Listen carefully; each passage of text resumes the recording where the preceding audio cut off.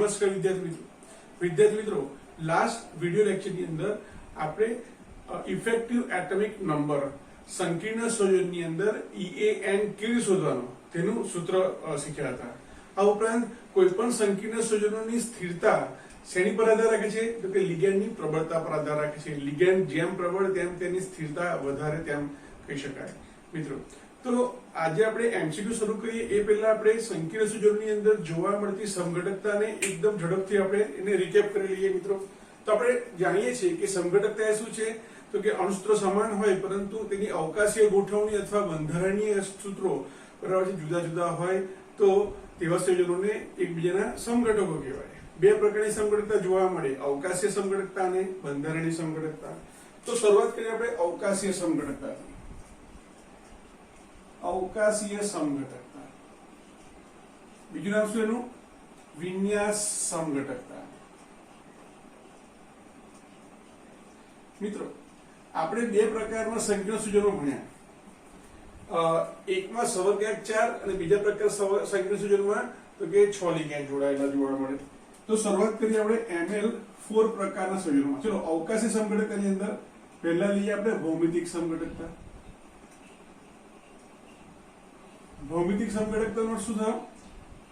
એની અંદર જોડાયેલા જે લિગેન્ડ છે બરાબર છે એની ગોઠવણી જો પાસ હોય તો સિસ, દૂર હોય તો ટ્રાન્સ કહેવાય। ભૌમિતિક સમઘટકતા બે પ્રકારની જોવા મળે, સિસ અને ટ્રાન્સ। સારું, હવે તમે જુઓ મિત્રો ML4 પ્રકારના સંકીર્ણની જો વાત કરતા હોઈએ તો ML4 પ્રકારના સંકીર્ણ બે પ્રકારના આપણને ભૌમિતિક આકાર આપે છે બરાબર છે। એક આપે છે સમચતુષ્ફલકીય, સમચતુષ્ફલકીય। અહીંયા L કોના માટે છે? એક દંતી લિગેન્ડ માટે છે। અષ્ટફલકીય, બીજું તો કે સમતલીય સમચોરસ, સમતલીય સમચોરસ। મિત્રો સમચતુષ્ફલકીય આકારમાં ભૌમિતિક સમઘટકતા જોવા મળતી નથી।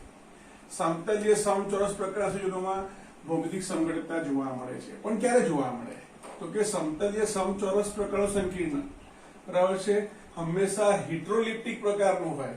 હિટ્રોલિપ્ટિક એટલે શું થયું? એક કરતા વધારે પ્રકારના લિગેન્ડ જોડાયેલા હોય બરાબર છે। દાખલા તરીકે M સાથે મધ્યસ્થ સંક્રાંતિ ધાતુ સાથે એક સમાન પ્રકારના બે લિગેન્ડ અને બીજા સમાન પ્રકારના બે લિગેન્ડ આ રીતે જોડાયેલા હોય તો MA2B2 પ્રકારના સંયોજનો હોય તો ત્યારે એની અંદર ભૌમિતિક સમઘટકતા જોવા મળે।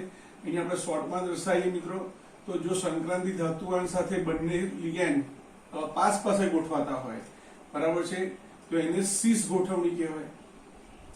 અને જો સમાન પ્રકારના લિગેન્ડ દૂર દૂર ગોઠવાતા હોય આ રીતે તો એને ટ્રાન્સ ગોઠવણી કહેવાય મિત્રો બરાબર છે। તો યાદ રાખો કે ML4 જ્યારે સમતલીય સમચોરસ પ્રકારનું હોય ત્યારે સિસ અને ટ્રાન્સ પ્રકારના સમઘટકો આપે બરાબર છે। પછીથી વાત કરીએ આપણે ML6 પ્રકારના સંયોજનો। મિત્રો ML6 પ્રકારના સંકીર્ણની અંદર હંમેશા અષ્ટફલકીય આકાર જોવા મળે, હંમેશા અષ્ટફલકીય આકાર જોવા મળે બરાબર છે। તો અષ્ટફલકીય આકાર ધરાવતા સંકીર્ણ સંયોજનોમાં પણ તો કે હંમેશા હિટ્રોલિપ્ટિક પ્રકારના સંકીર્ણ હોય, એટલે કે ઓછામાં ઓછા બે જુદા જુદા પ્રકારના લિગેન્ડ હાજર હોય બરાબર છે અને 6 સવર્ગબંધ બનતા હોય બરાબર છે ત્યારે જ આપણને ભૌમિતિક સમઘટકતા જોવા મળે। તો અહીંયા કેવા બે પ્રકાર હોય તો કે સામાન્ય રીતે એના પછી બે પ્રકાર છે। જો ધાતુ સાથે એક પ્રકારના લિગેન્ડ ની સંખ્યા 4 હોય અને બીજા પ્રકારના લિગેન્ડની સંખ્યા 2 હોય એટલે MA4B2 હોય અથવા MA2B4 હોય બરાબર છે તો તે વખતે આપણને જે સમઘટકતા જોવા મળે એ સિસ અને ટ્રાન્સ પ્રકારની જોવા મળે। પણ જો સંક્રાંતિ ધાતુવાન સાથે જોડાયેલા લિગેન્ડ બરાબર છે સમાન પ્રકારના 3 બીજા સમાન પ્રકારના 3 ગોઠવાયેલા હોય તો તે વખતે આપણને જે સમઘટકો મળે એને શું કહેવાય? ફેશિયલ અને મેરીડિયોનલ બરાબર છે, આટલું યાદ રાખો. બરાબર છે.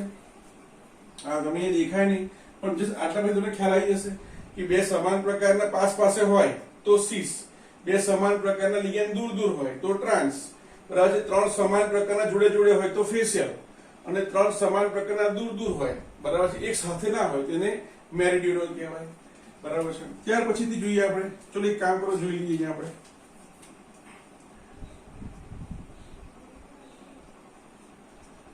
સપોઝ આ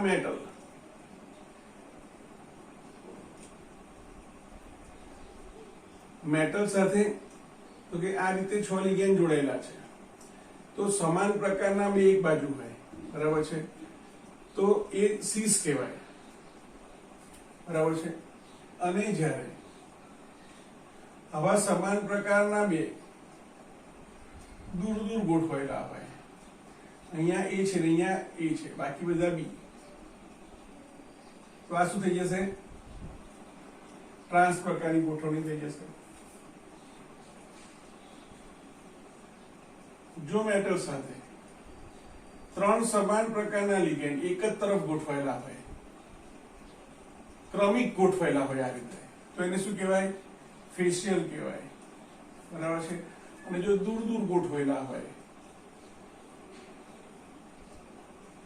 આ મેટલ અહીંયા એ અહીંયા એ હોય તો ફિશિયલ થઈ જાય, અહીંયા એ હોય તો ફિશિયલ થઈ જાય, પણ એ શું છે? ત્રણ સાથે નથી, ત્રણ બી પણ સાથે નથી, તો આને શું કહેવાય?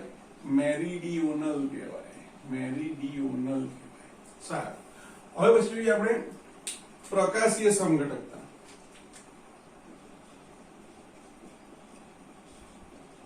પ્રકાશીય સમઘટકતા. પ્રકાશીય સમઘટકતા કોણ આપશે? તો કે ચતુષ્ફલકીય આપશે? ના. Ml4 આપશે? ના. કોણ આપશે? હંમેશા Ml6 પ્રકારના સંકીર્ણ આપશે. તો Ml6 પ્રકારના એટલે કે અષ્ટફલકીય પ્રકારના. પણ કેવા અષ્ટફલકીય પ્રકારના? તો કે અષ્ટફલકીય ચક્રીય પ્રકારના. ચક્રીય પ્રકારના સંકીર્ણ આપણે શું કહીએ છીએ? કિલેટ. કિલેટ પ્રકારના સંકીર્ણ. બરાબર છે. ચક્રીય રચના ધરાવતા. ચક્રીય રચના ધરાવતા. બરાબર છે. હવે તમે જો અહીંયા તમને આ સંકીર્ણ છે મિત્રો. આ જે ભૌમિતિક સમઘટકતા હતી એની અંદર ફક્ત હિટ્રોલિપ્ટિક પ્રકારના એટલે કે ઓછામાં ઓછા બે પ્રકારના લિગેન્ડ હાજર હોય ત્યારે સમઘટકતા જોવા મળે. પણ આ પ્રકારના સંકીર્ણની જ્યારે વાત કરતા હોઈએ, આ પ્રકારના સમઘટકતાની જ્યારે વાત કરતા હોઈએ તો હોમોલિપ્ટિક પણ આપે અને હિટ્રોલિપ્ટિક પણ આપે. હિટ્રોલિપ્ટિક સંકીર્ણ પણ આ પ્રકારના સંયોજનો આપશે. મિત્રો હોમોલિપ્ટિક ની વાત કરીએ આપણે તો ઉદાહરણ લઈએ આપણે. દાખલા તરીકે કોબાલ્ટ સાથે 3 EN જોડાયેલા છે, ઇથેન 1,2 ડાયએમાઇન જોડાયેલા છે આ રીતે. તો અહીંયા તમે જુઓ, અહીંયા એક જ પ્રકારના લિગેન્ડ છે એટલે હોમોલિપ્ટિક સંકીર્ણ થયા. એ પણ આપણને પ્રકાશી સમઘટકતા આપે. પ્રકાશી સમઘટકતા પણ બે પ્રકારની જોવા મળે, ડેક્સ્ટ્રો અને લીવો પ્રકારની જોવા મળે. મિત્રો જ્યારે હિટ્રોલિપ્ટિક પ્રકારના સંકીર્ણ હોય, દાખલા તરીકે CO En twice Cl2, બરાબર છે, આ પ્રકારના સંકીર્ણ હોય તો આ પ્રકારના સંકીર્ણની અંદર તો કે આમાં પણ આપણને ડેક્સ્ટ્રો અને લીવો પ્રકારના સંયોજનો મળશે. પણ એમાં તો કે તમે જો આ પ્રકારના સંકીર્ણ હોય તો એમાં સીસ અને ટ્રાન્સ સમઘટકતા પણ જોવા મળે. તો મિત્રો આ ખાસ યાદ રાખજો મિત્રો.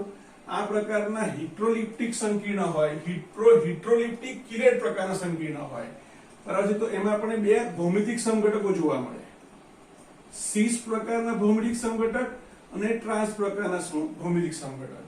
એમાં પણ જે સીસ પ્રકારના ભૌમિતિક સમઘટક છે એ ભૌમિતિક સમઘટક અહીંયા ડેક્સ્ટ્રો અને લીવો એમ બે પ્રકારના પ્રકાશીય સમઘટકો આવે. પ્રકાશીય સમઘટકો આવે. બરાબર છે. તો તમને એક્ઝામમાં પૂછ્યું હોય કે ભાઈ આ પ્રકારના સંકીર્ણ કેટલા અવકાશી સમઘટકો અથવા વિન્યાસ સમઘટકો આપે તો 3 પ્રકારના થશે. કેવી રીતે? તો કે બે ભૌમિતિક 4 થશે ટોટલ. કેવી રીતે? બે ભૌમિતિક સમઘટકો A6 ના 3 થશે. સિસ પ્રકારના બે ડેક્સ્ટ્રો અને લીવો પ્રકારના સમઘટકો અને ટ્રાન્સ પ્રકારના સમઘટકો. મિત્રો તો ખાસ યાદ રાખજો કે હિટ્રોલિપ્ટિક પ્રકારના કિલર સંકીર્ણ હોય તો એની અંદર જે સિસ પ્રકારનો ભૌમિતિક સમઘટક છે એ પ્રકાશી સમઘટક આપે. પ્રકાશી સમઘટકનો શું થયો કે જેમાં કિરાલિટીનો ગુણ જોવા મળતો હોય, જે તલ ધ્રુવિત પ્રકાશનું તો કે જમણી બાજુ અથવા ડાબી બાજુ કોણાવર્તન કરવાની વૃત્તિ ધરાવતો હોય, બરાબર છે, એવા સંયોજનો પ્રકાશ સમઘટકો છે તેમ કહેવાય. મિત્રો હજુ અહીંયા એક વસ્તુ રહી ગઈ આપણે અહીંયા કીધું કે Ma2B2 પ્રકારના સંકીર્ણ હોય તેમાં સિસ અને ટ્રાન્સ પ્રકારનું સંયોજન જોવા મળે. અહીંયા પણ એક વસ્તુ યાદ રાખજો, જ્યારે MABCD પ્રકારના સમઘટકો હોય, સંકીર્ણ હોય, એટલે કે સંક્રાંતિ ધાતુ સાથે 4 જુદા જુદા લિગેન્ડ જોડાયેલા હોય, તો તે વખતે 2 સિસ સમઘટકો મળે અને એક ટ્રાન્સ સમઘટક મળે, બરાબર છે. એમ કુલ 3 ભૌમિતિક સમઘટકો જોવા મળે. આ ખાસ યાદ રાખજો. બહુ ડિટેલમાં અત્યારે આમાં જાણવાની જરૂર નથી, આપણે નીટ કરીશું ત્યારે આપણે ડિટેલમાં જોઈશું, બરાબર છે.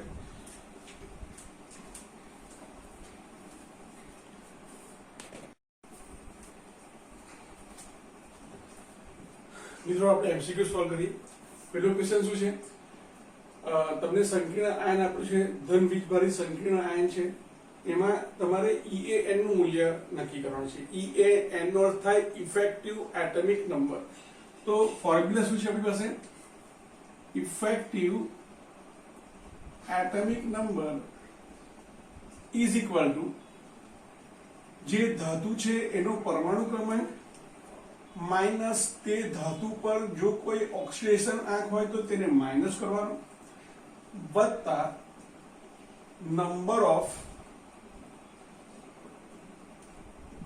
ઓફ ઇલેક્ટ્રોન ઓફ લિગેન્ડ્સ, બરાબર છે.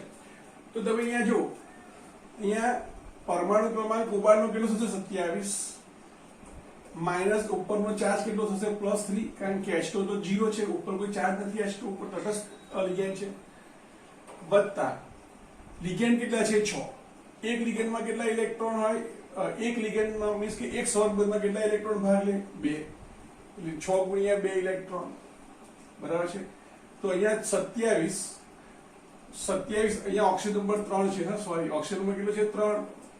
તો 27 માંથી 3 જાય, 27 માંથી 3 જાય તો કેટલા રહેશે? અહીંયા 24 વત્તા 6 દુ 12, એના બરાબર 36 ઇલેક્ટ્રોન થયા. આમ કોબાલ્ટની બાહ્યતમ કક્ષામાં 36 ઇલેક્ટ્રોન થાય છે, માટે ક્રિપ્ટોન જેવી સ્થાયી રચના ધરાવે છે, માટે એ કહી શકાય કે એ EAN રૂલને ફોલો કરે છે. મિત્રો આવો પ્રશ્ન પૂછાય, નીચેનામાંથી કયું સંકીર્ણ EAN રૂલનું પાલન કરતું નથી? EAN નિયમ શું છે કે સંક્રાંતિ ધાતુ આયન છે એ એની પછીના નિષ્ક્રિય વાયુ જેવી પરમાણુ રચના ધરાવતું હોવું જોઈએ. એટલે કે બાહ્યતમ કક્ષામાં પ્રથમ સંક્રાંતિ શ્રેણીનું તત્વ હોય તો 36 ઇલેક્ટ્રોન થવા જોઈએ. તો અહીંયા તમે જુઓ, પહેલા સંકીર્ણની અંદર ઉપર કોઈ ચાર્જ નથી, એટલે નિકલનો ઓક્સિજન નંબર કેટલો છે? 0 છે, બરાબર છે. હવે આ રૂલને આપણે ફોલો કરીએ, સીધું અહીંયા ફોલો કરીએ. ચલો ઓક્સિજન નંબર કેટલો એનો? 28. ઉપર કોઈ ચાર્જ છે તો કે ના. કાર્બોનિલ લિગેન્ડ છે, અહીંયા 4 લિગેન્ડ છે, એક લિગેન્ડ એક સૌરબંધ બનાવે 2 ઇલેક્ટ્રોન આપે તો 4 કેટલા આપશે? 4 દુ 8 ઇલેક્ટ્રોન થશે, બરાબર છે. તો 28 ને 8, 28 ને 8 36 થઈ જશે. ધેટ મીન્સ કે ફોલો કરે છે. FeCO5 જોઈ લઈએ. ચલો નીચે પરમાણુ ક્રમાંક 26, અહીંયા ઉપર કોઈ ચાર્જ નથી એટલે અહીંયા તો કે 0 જ છે, એટલે ઓક્સિજન નંબર એનો ઓક્સિજન કેટલો? 0 વત્તા એક લિગેન્ડના 5, એક લિગેન્ડના 2 ઇલેક્ટ્રોન, તો 5 લિગેન્ડના કેટલા થાય? તો કે 10, તો 26 ને 10 36, એટલે કે આ બંને છે એ EAN રૂલનું પાલન કરે છે. K4FeCN6. મિત્રો પહેલા તો આપણે સંકીર્ણ જે મધ્યસ્થ ધાતુ પરમાણુ છે એનો આપણે ઓક્સિજન નંબર નક્કી કરવાનો. અહીંયા એક K નો +1 તો 4 ના +4, એટલે અહીંયા શું થાય? 4 માઇનસ થાય. એક Cn નો -1 તો 6 ના -2, એટલે તો +6, 6 માંથી ત્યાં જાય તો Fe+2. ચલો Fe નો ઓક્સિજન કેટલો થયો? Z માટે લઈએ તો Fe નો પરમાણુ ક્રમાંક કેટલો થાય? 26. ઓક્સિજન નંબર એનો માઇનસ કરો, એક લિગેન્ડના 2 ઇલેક્ટ્રોન તો 6 લિગેન્ડના 12 ઇલેક્ટ્રોન તો 26 માંથી 2 જાય તો 12 માંથી 2 જાય તો 10 10 + 26 36 ધેટ મીન્સ કે આ પણ EAN રૂલને ફોલો કરે છે. અહીંયા તમે જુઓ Cl -1 બે વખત એટલે -2 એટલે આખો અહીંયા સંકીર્ણ +2 બને. H2 0 છે એટલે કોબાલ્ટનો +2 ઓક્સિજનાઇઝ થાય. ચલો કોબાલ્ટ માટે પરમાણુ ક્રમાંક કેટલો 27, ઓક્સિજન નંબર કેટલો 2 બાદ કરો વત્તા એક લિગેન્ડના 2 તો 6 લિગેન્ડના 12 તો 12 માંથી 2 જાય તો 10 બરાબર છે. 27 12 માંથી 2 જાય તો 10 એટલે 27 10 37 થાય છે બરાબર છે. ધેટ મીન્સ કે આ પણ ઇફેક્ટિવ રૂલને ફોલો કરતું નથી બરાબર છે. એટલે આન્સર શું આવશે ડી આવશે બરાબર છે. ક્વેશ્ચન નંબર 3 નીચેના પૈકી કયા સંકીર્ણની સ્થિરતા સૌથી ઓછી છે? મિત્રો આપણે કીધું હતું કે લિગેન્ડની પ્રબળતા જેમ વધારે તેમ સ્થિરતા વધારે, લિગેન્ડની પ્રબળતા જેમ ઓછી તેમ સ્થિરતા ઓછી. અહીંયા કોણ આપેલું છે CN આપેલો છે, એમોનિયા આપેલો છે અને કાર્બોનિલ સમૂહ એટલે કાર્બોનિલ લિગેન્ડ આપેલો છે. તો આપણે લિગેન્ડ આપણને ખબર છે કે CN- અને CO એ સૌથી પ્રબળ લિગેન્ડ છે. CN- અને CO આ બંને પ્રબળ લિગેન્ડ છે બરાબર છે. એની આગળ કોણ આવે તો કે M- આવશે બરાબર છે. તો અહીંયા તમે જુઓ CN Na3 CO Na3 તો અહીંયા સ્પષ્ટ છે કે કાં તો આન્સર આ તો ના જ આવે કારણ કે તો પ્રબળ લિગેન્ડ છે, આ પણ પ્રબળ લિગેન્ડ છે એટલે આ બે તો આવે જ નહીં બરાબર છે. તો હવે B અને C માં બંનેમાં Na3 છે તો આ બેમાંથી વધુ સ્થિર કોણ તો કે જે ઇફેક્ટિવ એટમિક જે રૂલ છે આપણો ઇફેક્ટિવ એટમિક નંબરનો જે રૂલ છે એને જે ફોલો કરે સ્થાયી થાય. તો તમે અહીંયા જુઓ અહીંયા તમે જુઓ કોબાલ્ટ Na3 તટસ્થ એટલે કોબાલ્ટનો ઓક્સિજન કેટલો થયો +3 થયો. ચલો કોબાલ્ટ માટે લખીએ તો કોબાલ્ટ માટે પરમાણુ ક્રમાંક 27 27 પછી 3 જાય તો 24 24 વત્તા એક લિગેન્ડના 2 તો 6 ના 12 તો 36 તો આ શું છે આ સ્થાયી છે. ધેટ મીન્સ કે આન્સર અહીંયા બંને જો બંને સેમ છે ખાલી ઉપરનો ચાર્જ અલગ અલગ છે બરાબર છે. અહીંયા CO2+ છે ધેટ મીન્સ કે C છે બરાબર છે એ કેવો છે તો કે B કરતા ઓછો સ્થાયી હશે કારણ કે એમાં 36 ઇલેક્ટ્રોન થતા નહીં હોય બરાબર છે 37 થશે. કોબાલ્ટ પરમાણુ ક્રમાંક 27 27 માંથી 2 જાય તો 25 25 વત્તા 12 37 ઇલેક્ટ્રોન થાય છે બરાબર છે. જેથી એ તો કે એની સ્થિરતા સૌથી ઓછી. ચલો ક્રમ પૂછો તો સૌથી સ્થિર કોણ થાય કોબાલ્ટ કાર્બોનિલ બરાબર છે. તો સ્થિરતાની વાત કરીએ સૌથી સ્થિર આ થશે એના પછીથી A ઓપ્શન થશે પછી B અને પછી C આન્સર આવે. તો તમને કદાચ સ્થિરતાનો ક્રમ પૂછ્યો હોય તો પણ તમારે શું કરવાનું લિગેન્ડની પ્રબળતાના ઉતરતા ક્રમમાં લખતા જાવ તો એની સ્થિરતા ઘટી જશે. નંબર 4 નીચેનામાંથી કયો સંકીર્ણ સૌથી વધુ સ્થાયી છે? તો તમે અહીંયા જુઓ આપણે કીધું એ પ્રકારે Na3 CN અને CO પ્રબળ લિગેન્ડ છે બરાબર છે. તો તમે જુઓ અહીંયા Na3 છે અહીંયા CN છે હવે અહીંયા Ml4 પ્રકાર સંકીર્ણ છે મિત્રો. એમાં તો કે ઇફેક્ટિવ એટમિક નંબર પણ તમે નક્કી કરી શકો બરાબર છે પણ એનાથી સહેલું શું પડશે લિગેન્ડની સ્થિરતા પછી નક્કી થાય. તો તમે અહીંયા જુઓ અહીંયા CN સૌથી પ્રબળ છે બરાબર છે એટલે કહી શકાય કે ઓપ્શન બી સૌથી વધારે સ્થાયી થશે. જો તમે ઇફેક્ટિવ એટમિક નંબરથી ગણવા માંગશો તો પણ તમે જો નિકલ પરમાણુ ક્રમાંક 28 28 માંથી 2 જાય તો 26 બરાબર છે અને 4 દુ 8 તો અહીંયા ઇફેક્ટિવ રૂલ જોવા નહીં મળે. તો મિત્રો એવું યાદ રાખો કે Ml4 પ્રકારના સંકીર્ણમાં ઇફેક્ટિવ એટમિક નંબર વાળો રૂલ 100% ફોલો નહીં થાય તો તે વખતે તમારે લિગેન્ડની પ્રબળતા જ યાદ રાખવી પડશે બરાબર છે. એના પછીનો પ્રશ્ન જુઓ નીચેનામાંથી કયો લિગેન્ડ Ni2+ સાથે જોડાવાથી સૌથી વધુ સ્થાયી સંકીર્ણ હશે? તો સૌથી સ્થાયીતા લિગેન્ડની પ્રબળતા પર આધાર રાખે તો આ બધા સૌથી પ્રબળ કોણ છે CN- છે બરાબર છે. એટલે આન્સર શું આવશે ઓપ્શન B આવશે. એના પછીનો ક્વેશ્ચન નીચેનામાંથી સૌથી વધુ સ્થાયી સંકીર્ણ કોણ છે? તમે જુઓ અહીંયા તમને એક પણ પ્રબળ લિગેન્ડ આપેલો નથી. સૌથી પ્રબળ લિગેન્ડ તો બે છે કયા કયા CN અને CO. Na3 છે એ કેટલીક વખત પ્રબળ તરીકે પણ વર્તે છે નિર્બળ તરીકે પણ વર્તે છે. આપણે નીટની અંદર એને વધારે ડિટેલમાં જોઈશું. ટૂંકમાં એવું યાદ રાખો કે CN- અને CO હંમેશા પ્રબળ લિગેન્ડ તરીકે વર્તે.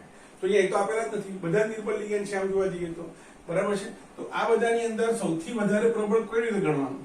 તો તમે અહીંયા જુઓ અહીંયા તમે જુઓ તો અહીંયા C2O4 છે ઓક્સિલેટો આયન છે બરાબર છે. ઓક્સિલેટો આયન શું કરે તો કે આ C આ ડબલ બોન્ડ O O- બરાબર છે આ C double bond O minus, એટલે એ જ્યારે સંક્રાંતિ ધાતુ સાથે જોડાય તો શું કરે, એક આ કિલેટજન્ય લિગેન્ડ છે, આ કેવો છે, કિલેટજન્ય લિગેન્ડ છે, અને કિલેટજન્ય લિગેન્ડ હોવાને કારણે એ કિલેટ સંકીર્ણ બનાવશે, અને હંમેશા કિલેટ પ્રકારના સંકીર્ણ હંમેશા કેવા હોય, વધારે સ્થાયી હોય. શા માટે?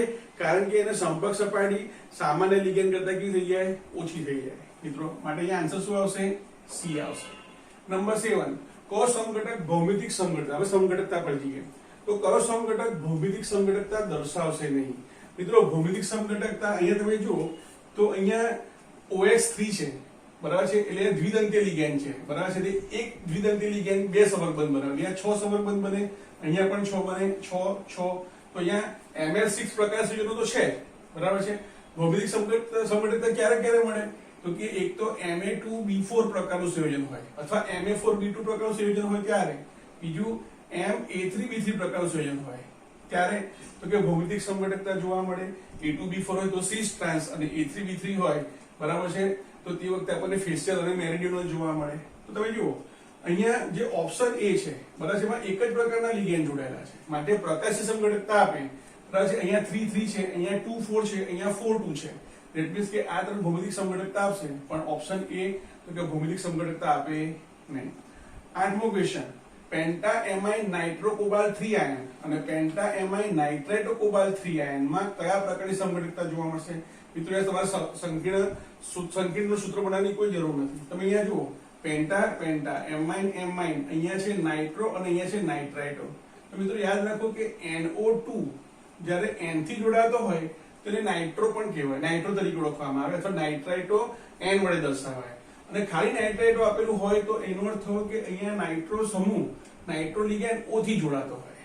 તો મિત્રો એક જ સંકીર્ણની અંદર, એટલે કે બે જુદા જુદા સંકીર્ણની અંદર સમાન પ્રકારના લિગેન્ડ આવેલા હોય, પરંતુ એમાં ઉભયગતિ લિગેન્ડ હોય તો એ કયા પ્રકારની સમઘટકતા બતાવે? લિંકેજ સમઘટકતા બતાવે, બરાબર છે, અથવા બંધનીય સમઘટકતા બતાવે. ગુજરાતીમાં બંધનીય સમઘટકતા કહેવાય, અંગ્રેજીમાં લિંકેજ સમઘટકતા કહેવાય.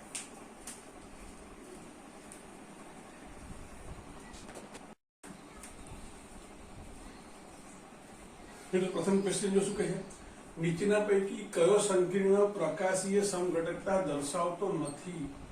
પ્રકાશીય સમઘટકતા કોણ દર્શાવે? અષ્ટફલકીય પ્રકારના સંકીર્ણ દર્શાવે. કેવા? કિલેટજન્ય પ્રકારના સંકીર્ણ હોય તેવા, બરાબર છે. તો અહીંયા કિલેટજન્ય લિગેન્ડ C2O4 ઓક્સિડેટિવ આયન તો કિલેટજન્ય લિગેન્ડ છે, એટલે એ તો કે સમઘટકતા દર્શાવે. અહીંયા તમે જુઓ EN, ઇથેન 1,2 ડાયએમાઇન, બરાબર છે. સપોઝ લઈએ આપણે આ રીતે, તો CH2 CH2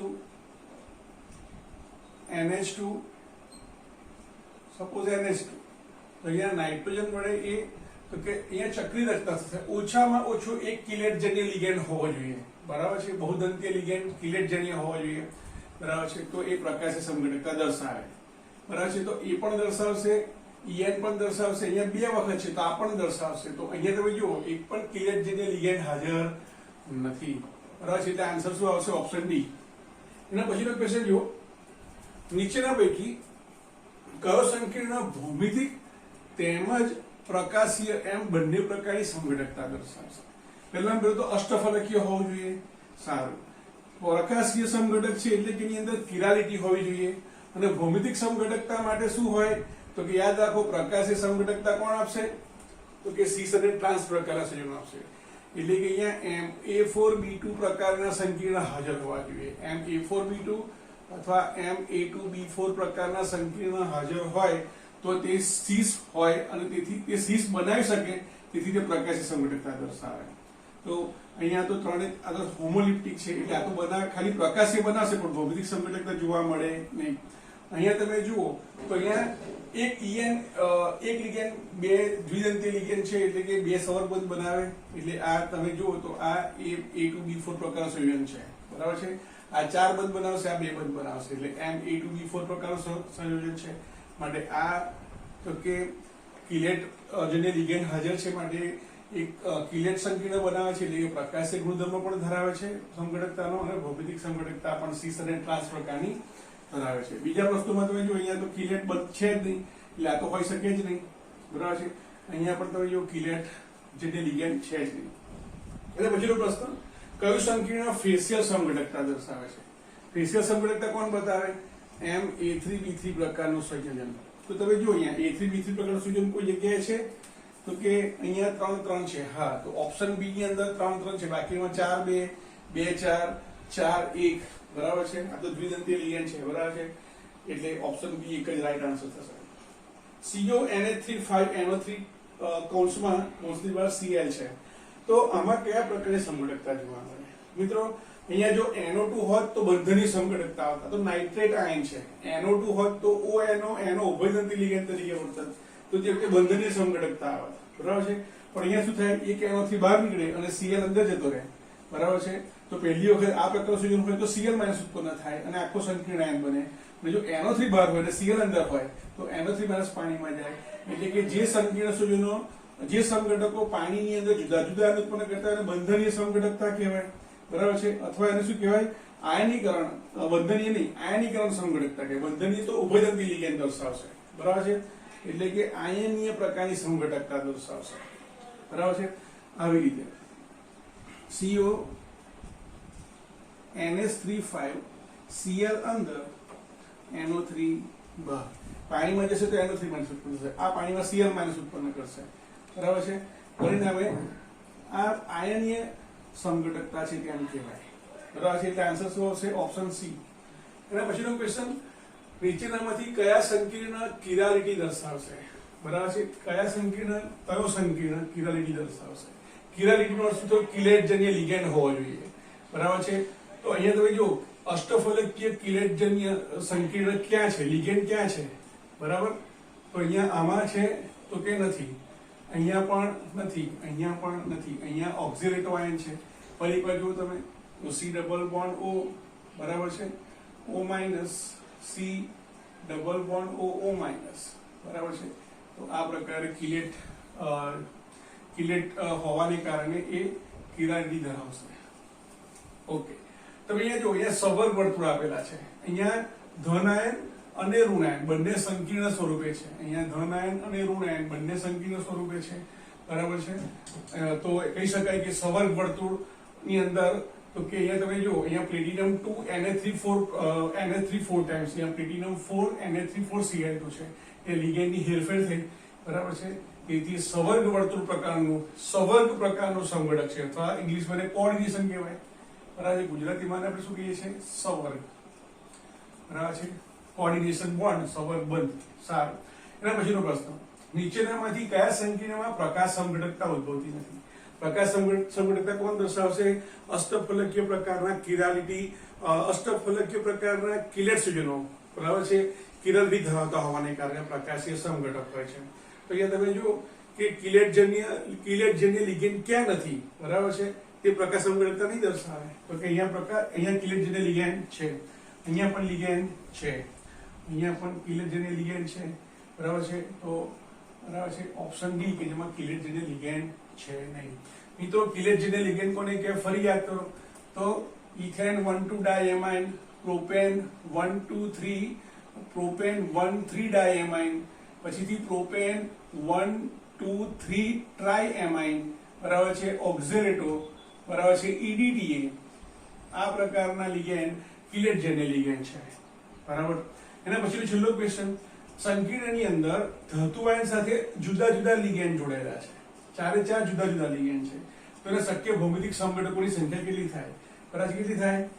3 થાય. સમજો કેવી રીતે. ધારો કે મારી પાસે એક સંકીર્ણ ધાતુ આયન છે M, એની સાથે જસ્ટ આ રીતે 4 લિગેન્ડ જોડેલા છે. ચલો A, B, C અને D. આ પ્રકારે સંકીર્ણ જોડેલા છે. બરાબર છે. હવે હું શું કરું છું? હવે હું A ને એવું ને એવું રાખું છું. બરાબર છે. અને સપોઝ B ને એવું ને એવું રાખું છું. બરાબર છે. તો હું આ B ને ચેન્જ કરું તો અહીંયા મને શું મળશે?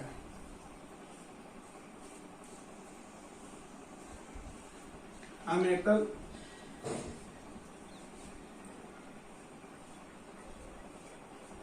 અહીંયા મેં એ અને ડી એવા ને એવા રાખ્યા, એ અને ડી એવા ને એવા રાખ્યા. હું સીબી ને ચેન્જ કરી દઉં તો અહીંયા સી આવશે અને અહીંયા ડી આવશે. જે અમે એડી ને ચેન્જ કર્યા, બરાબર છે. હવે હું શું કરીશ, એબી ને ચેન્જ, એબી ને એવા ને એવા રાખીશ અને સીડી ને ચેન્જ કરી દઈશ. આ મેટલ હું શું કરું છું, હવે એ અને બી ને એવા ને એવા રાખું છું, એ અને બી ને ત્યાં ને ત્યાં રાખું છું, જસ્ટ સીડી ને ચેન્જ કરું છું, બરાબર છે. તો આ પ્રકારે આપણને 4 સમઘટકો જોવા મળશે. પહેલા મેં શું કર્યું, એડી ને એવા રાખ્યા, સીબી ને ઇન્ટરચેન્જ કર્યા, પછીથી મેં એબી ને એવા રાખ્યા અને સી ને ડી ને ચેન્જ કરી નાખ્યા, બરાબર છે. તેને કારણે 3 સમઘટકતા ઉત્પન્ન થઈ. તમે બીજા કોઈ પણ પ્રકારે કરશો તો આ 3 માંથી જ કોઈ એક સમઘટકતા જોવા મળશે. તેથી યાદ રાખો કે જ્યારે સમતલીય સમચોરસ પ્રકારના સંકીર્ણની અંદર 4 લિગેન્ડ જોડેલા હોય જુદા જુદા પ્રકારના, તો તે વખતે 3 સમઘટકો આપણને પ્રાપ્ત થશે. બેસિસ પ્રકારને કહેવાય અને ટ્રાન્સ પ્રકારનું કહેવાશે.